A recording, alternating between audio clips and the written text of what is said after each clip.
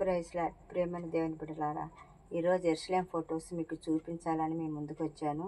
ఒక పాట ద్వారా దేవుని మహిమపరచుకుందాము.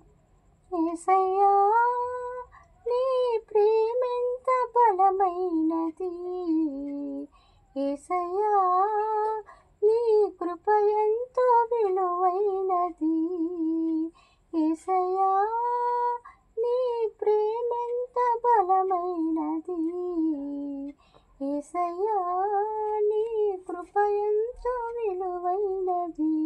సమీపించరాని తేజస్సులో నీవు వసించు వాడవైనా, మా సమీపమునకు దిగి వచ్చినావు, నీ ప్రేమ వర్ణింపతరమా.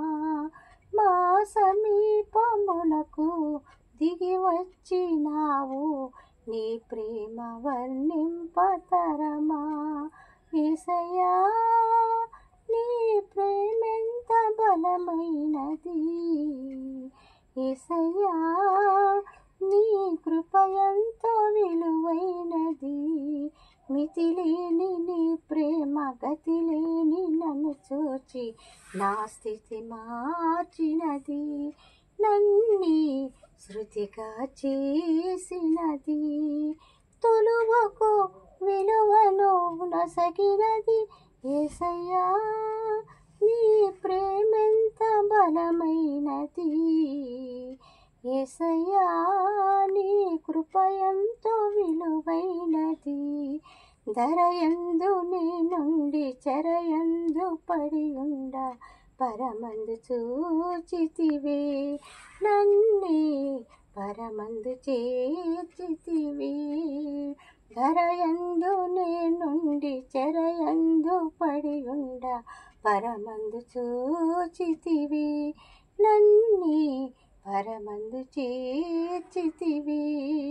కలునకు కరుణను నొసగితివి, యేసయ్యా నీ ప్రేమెంత బలమైనది, యేసయ్యా నీ కృప ఎంతో విలువైనది.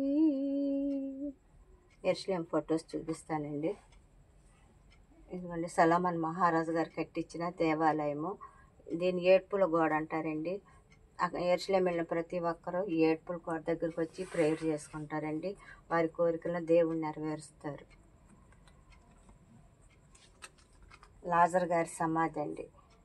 లోపల లాజర్ గారిని ఉంచినప్పుడు దేవుడు లాజరు బయటికి రానప్పుడు లాజర్ గారు బయటకు వస్తారండి.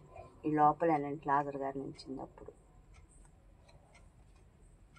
దావీదు మహారాజు గారండి సితార్ తీసుకొని పాటలు పాడుతూ ఉంటారు.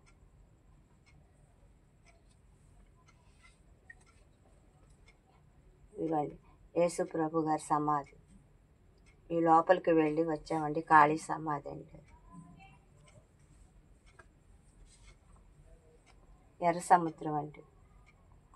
ఆనాడు దేవుడు ఎర్ర సముద్రాన్ని 2 పాయలుగా చేసి ఇశ్రాయేలు ప్రజలను నడిపించారండి. ఇందులో గలిలయ మహాసముద్రం అండి. షిప్పులో